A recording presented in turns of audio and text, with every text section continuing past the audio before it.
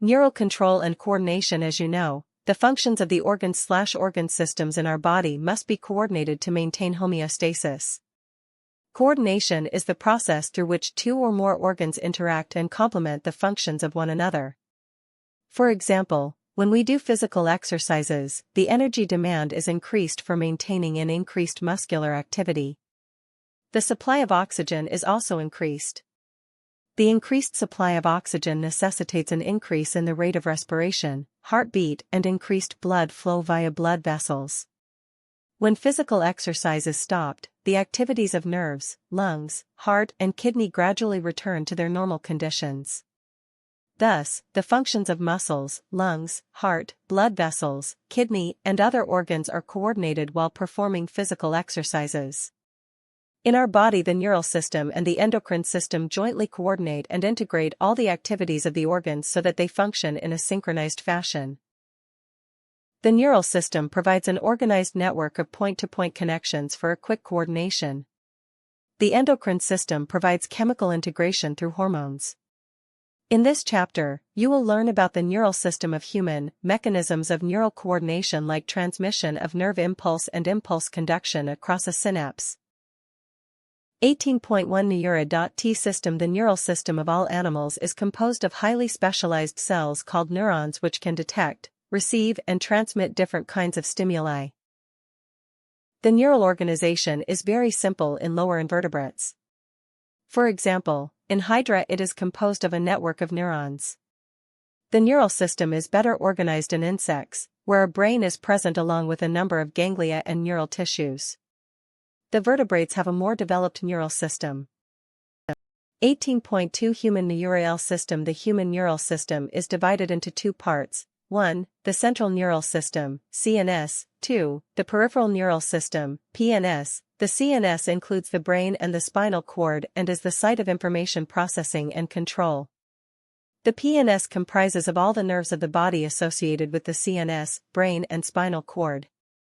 The nerve fibers of the PNS are of two types, A. Afferent fibers, B. Efferent fibers. The afferent nerve fibers transmit impulses from tissues/organs to the CNS, and the efferent fibers transmit regulatory impulses from the CNS to the concerned peripheral tissues/organs.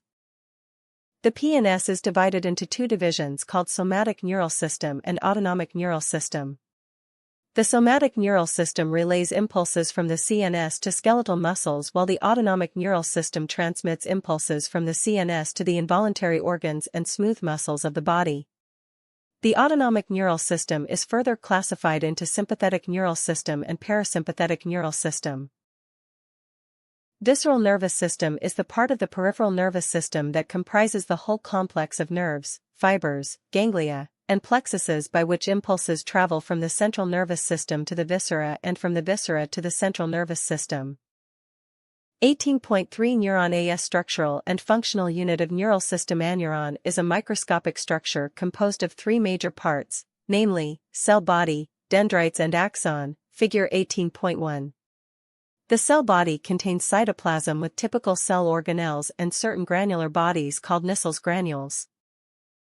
Short fibers which branch repeatedly and project out of the cell body also contain Nissl's granules and are called dendrites.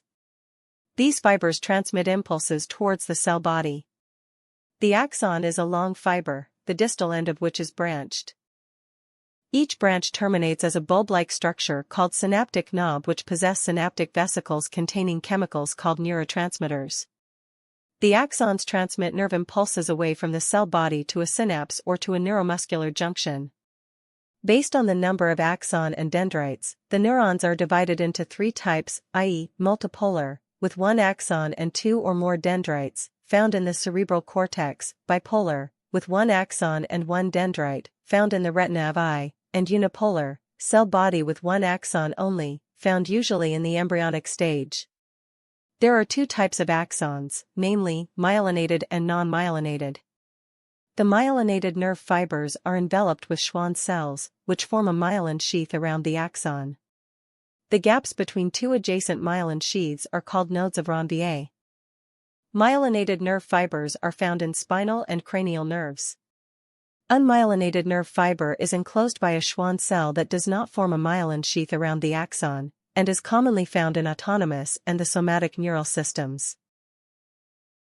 18.3.1 Generation and conduction of nerve impulse neurons are excitable cells because their membranes are in a polarized state. Do you know why the membrane of a neuron is polarized? Different types of ion channels are present on the neural membrane. These ion channels are selectively permeable to different ions. When a neuron is not conducting any impulse, i.e., resting, the axonal membrane is comparatively more permeable to potassium ions, K, and nearly impermeable to sodium ions, Na*. Similarly, the membrane is impermeable to negatively charged proteins present in the axoplasm. Consequently, the axoplasm inside the axon contains high concentration of K** and negatively charged proteins and low concentration of Na. In contrast, the fluid outside the axon contains a low concentration of K**, a high concentration of Na*, and thus form a concentration gradient. These ionic gradients across the resting membrane are maintained by the active transport of ions by the sodium-potassium pump, which transports 3 Na outwards for 2 K into the cell. As a result, the outer surface of the axonal membrane possesses a positive charge while its inner surface becomes negatively charged and, therefore, is polarized. The electrical potential difference across the resting plasma membrane is called as the resting potential. You might be curious to know about the mechanisms of generation of nerve impulse and its conduction along an axon. When a stimulus is applied at a site, figure 18.2 e.g., point A, on the polarized membrane, the membrane at the site A becomes freely permeable to NAT. This leads to a rapid influx of Na followed by the reversal of the polarity at that site, i.e., the outer surface of the membrane becomes negatively charged and the inner side becomes positively charged. The polarity of the membrane at the site A is thus reversed and hence depolarized. The electrical potential difference across the plasma membrane at the site A is called the action potential, which is in fact termed as a nerve impulse. At sites immediately ahead, the axon, e.g., site B, membrane has a positive charge on the outer surface and a negative charge on its inner surface. As a result, a current flows on the inner surface from site A to site B. On the outer surface, current flows from site B to site A, figure 18.2, to complete the circuit of current flow. Hence, the polarity at the site is reversed, and an action potential is generated at site B. Thus, the impulse, action potential, generated at site A arrives at site B. The sequence is repeated along the length of the axon and consequently the impulse is conducted. The rise in the stimulus-induced permeability to Na** is extremely short-lived. It is quickly followed by a rise in permeability to K*. Within a fraction of a second, K** diffuses outside the membrane and restores the resting potential of the membrane at the site of excitation, and the fiber becomes once more responsive to further stimulation. 18.3.2 Transmission of impulses. A nerve impulse is transmitted from one neuron to another through junctions called synapses. A synapse is formed by the membranes of a presynaptic neuron and a postsynaptic neuron, which may or may not be separated by a gap called synaptic cleft.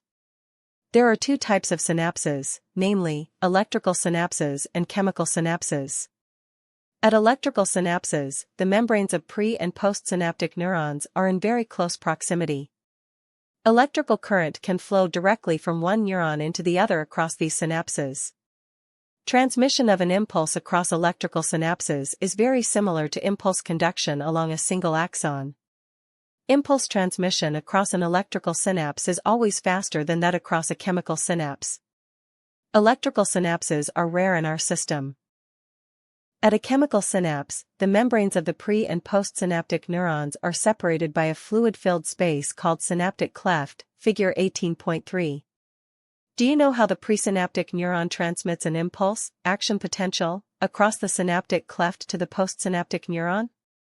Chemicals called neurotransmitters are involved in the transmission of impulses at these synapses. The axon terminals contain vesicles filled with these neurotransmitters. When an impulse, action potential, arrives at the axon terminal, it stimulates the movement of the synaptic vesicles towards the membrane where they fuse with the plasma. membrane and release their neurotransmitters in the synaptic cleft. The released neurotransmitters bind to their specific receptors, present on the postsynaptic membrane. This binding opens ion channels, allowing the entry of ions which can generate a new potential in the postsynaptic neuron. The new potential developed may be either excitatory or inhibitory. 18.4 Central neural system. The brain is the central information processing organ of our body, and acts as the command and control system.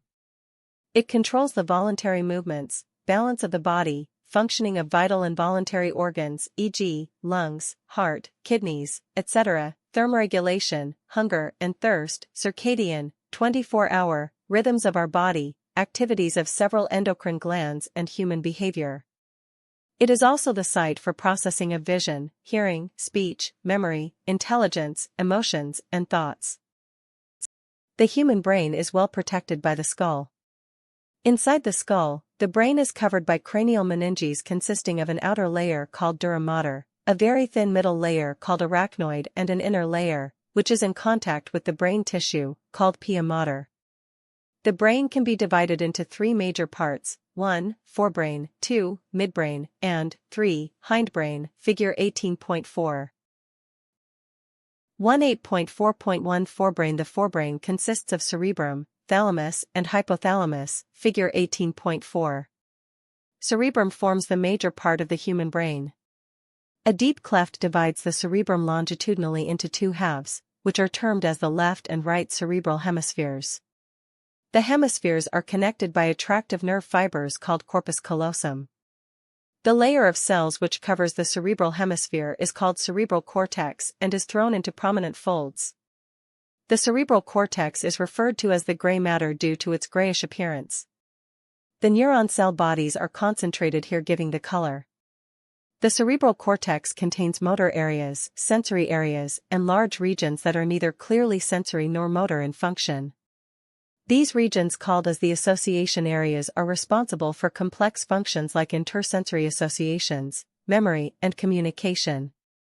Fibers of the tracts are covered with the myelin sheath, which constitute the inner part of cerebral hemisphere. They give an opaque white appearance to the layer and, hence, is called the white matter. The cerebrum wraps around a structure called thalamus, which is a major coordinating center for sensory and motor signaling. Another very important part of the brain called hypothalamus lies at the base of the thalamus. The hypothalamus contains a number of centers which control body temperature, urge for eating and drinking. It also contains several groups of neurosecretory cells, which secrete hormones called hypothalamic hormones. The inner parts of cerebral hemispheres and a group of associated deep structures like amygdala, hippocampus, etc., form a complex structure called the limbic lobe or limbic system. Along with the hypothalamus, it is involved in the regulation of sexual behavior, expression of emotional reactions, e.g., excitement, pleasure, rage and fear, and motivation.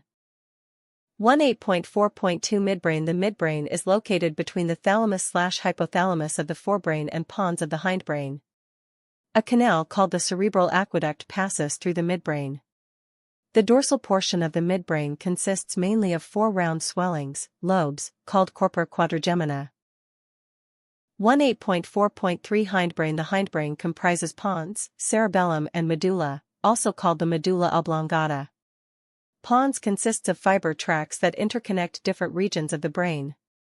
Cerebellum has very convoluted surface in order to provide the additional space for many more neurons. The medulla of the brain is connected to the spinal cord. The medulla contains centers which control respiration, cardiovascular reflexes, and gastric secretions. Three major regions make up the brainstem: midbrain, pons, and medulla oblongata. Brainstem forms the connections between the brain and spinal cord. Summary: the neural system coordinates and integrates functions as well as metabolic and homeostatic activities of all the organs. Neurons, the functional units of neural system, are excitable cells due to a differential concentration gradient of ions across the membrane. The electrical potential difference across the resting neural membrane is called the resting potential. The nerve impulse is conducted along the axon membrane in the form of a wave of depolarization and repolarization.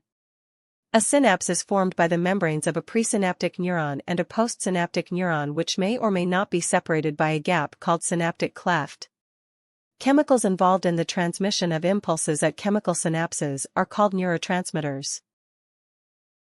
Human neural system consists of two parts: 1. Central neural system, CNS, and 2. The peripheral neural system.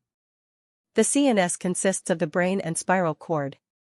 The brain can be divided into three major parts: 1. Forebrain, 2. Midbrain, and 3. Hindbrain.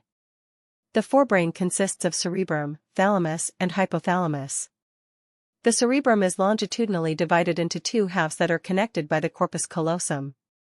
A very important part of the forebrain, called hypothalamus, controls the body temperature, eating, and drinking. Inner parts of cerebral hemispheres and a group of associated deep structures form a complex structure called limbic system, which is concerned with olfaction, autonomic responses, regulation of sexual behavior, expression of emotional reactions, and motivation. The midbrain receives and integrates visual, tactile, and auditory inputs. The hindbrain comprises pons, cerebellum, and medulla. The cerebellum integrates information received from the semicircular canals of the ear and the auditory system. The medulla contains centers, which control respiration, cardiovascular reflexes, and gastric secretions. Pons consist of fiber tracts that interconnect different regions of the brain.